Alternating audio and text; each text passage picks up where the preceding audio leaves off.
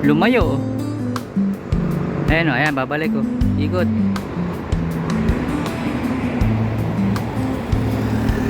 Yun oh. Medyo makakulimliman pero mataas yung araw eh. Makapal yung ulap pero ano, mataas naman yung araw.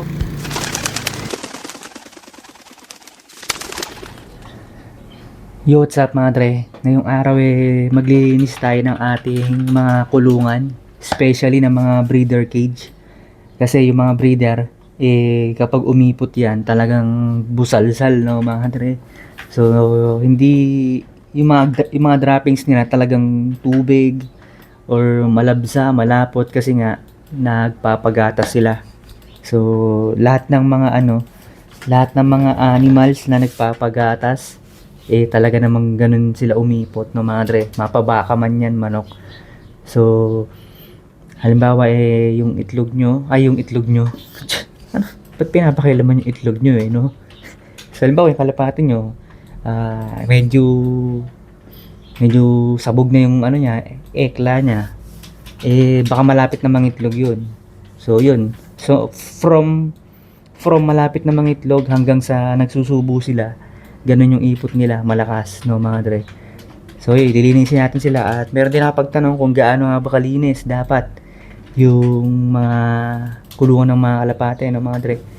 So dapat malinis pero hindi sobrang linis, dahil yung mga animals, syempre including pigeons, they are meant to expose sa environment, no mga dre. Hindi kagaya natin yung mga tao na napaka-arte natin na makalanghap lang tayo ng ganitong amoy at mahaluan lang yung pagkain natin ng hindi kaaya-aya, magkakasakit na tayo, no mga dre. O kaya naman yung mga plato, kutsara na ginamit natin hindi malinis, magkakasakit na tayo or may iindahin ng tiyan natin, no mga dre. Pero yung mga animal, hindi sila agad-agad na ano, hindi sila agad-agad nagkakasakit or hindi nagre-react yung katawan nila sa pangit na paraan, no, kasi nga they are born to be wild, no mga dre. Wag mo lang papakain ng ano, wag lang makakain ng tae, no. Syempre iba na 'yon. So merong sakit na nakukuha kapag nahahaluan at yung mga pagkain nila, kaya kailangan yung mga patukaan nila malinis. Pero kahit hindi mo nasabunin mga dre, no. Ayan. So kahit hindi mo nasabunin yung patukaan nila, yung poop tray nila, yun, kahit hindi mo nasabunin, kahit i-scratch mo na lang yung ano, yung spatula mo na lang, tas konting banlaw ng tubig, pwede na yun, mga ganun. Tapos yung patukaan nga nila, okay lang yan na ano, okay lang yan na tubig lang, no, banlawan mo ng tubig, and then basta hindi mo na makikita yung mga dumi-dumi, lumot, and some sort of shit, no mga dre. Tapos ano pa ba? Yun, tamang walis-walis ka lang, ganyan. Tanggal ng mga dumi-dumi. Pero hindi sobrang linis, pero hindi rin sobrang dumi, no mga dre. Siyempre, kailangan pa rin nila ng malinis na environment, kasi nga unti-unti domesticated na sila or nagiging dependent din sila sa mga tao. Siyempre kailangan tayong mga tao ay naglilinis, kasi ang instinct lang naman ng mga kalapatis kumain, lumipad, umuwi, di ba? At mag-breed. Ayan. So kailangan may suporta rin ng tao, mga dre, no? So yun, tas mamaya palipad din tayo mga dre, no, para talagang matindi talaga. Palayo na tayo ng palayo, kasi mabalakat na tayo, sa mabalakat na tayo nagpapalipad. Although medyo weak, medyo pang baby yung ano, yung distansya na tinitira natin, at least, di ba, meron pa rin ako na iba-vlog. Kasi kapag tinodo ko yung distance ng pagpapalipad, wala na ipapakita sa inyo mga dre, di ba? Ganun lang yun, ganun lang kasimple yun. So yung mga bagong batch, konti lang sila, kaya naman unti-unti lang yung distansya ng pagpapalayo, para kahit papaano may naipapakita pa rin ako. Kasi alam nyo na, mas lamang yung pagiging vlogger ko kaysa sa racer, no. Pero legit fancier, pero hindi pa ganun ka devotion yung ano ko sa karera ng kalapate, kasi minsan napapaisip ako kung ano yung kalapate, yung kasi nakakaawa din sila, no, pinagpupusta-pustahan natin, no? Wala silang kamalay-mahalay na pinagkakarera natin sila. Pero iba yung opinion ng mga tao, mga Dre. A few moments later.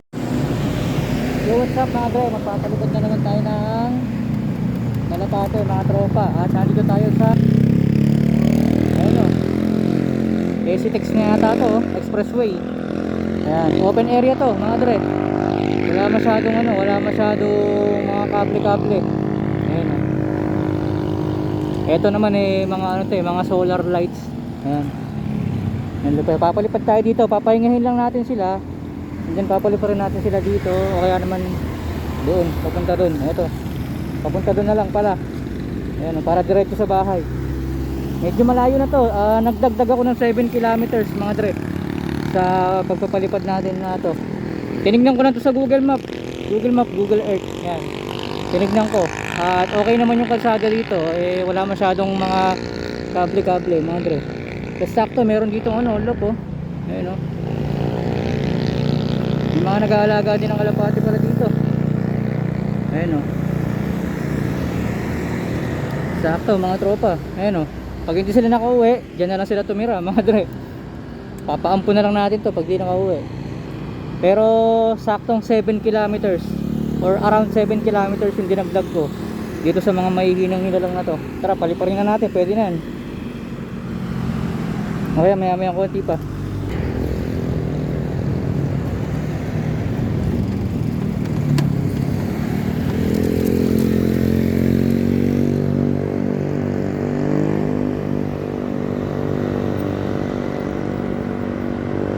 Lumayo oh. Ayan oh, ayan, babalik oh. Ikot.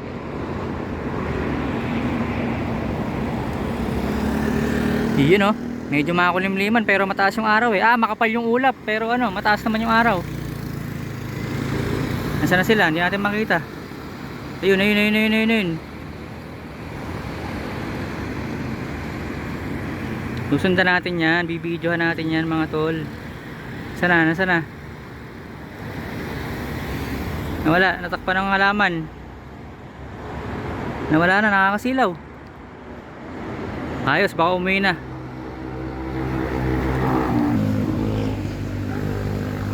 A few moments later. Si Steboy. Ayun siya. Sumilong muna dun. Buksan na natin to. Ayan o.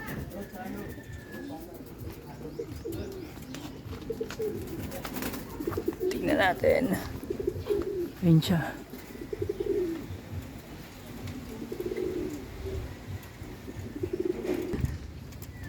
Samantala, ito yung ating station boat mga Dre.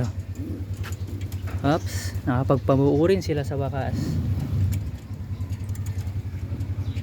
Ito, ganda ng kulay oh. Tabi ka dyan. A few moments later. Ayun na siya mga tropa oh. Ayun oh. May nakahanda ng inumin para sa kanya dyan. Ayun oh. Kasi baka maya pa umuwi yung, kasi last time na nagpalipad ako hapon umuwi yung si Mortred. Pero ito si Steboy, actually hindi siya si Steboy nakita ko siya babae siya, Stevia na lang, Stevia, Stigirl. Pero Stevia mas maganda, bagay, pambabae talaga.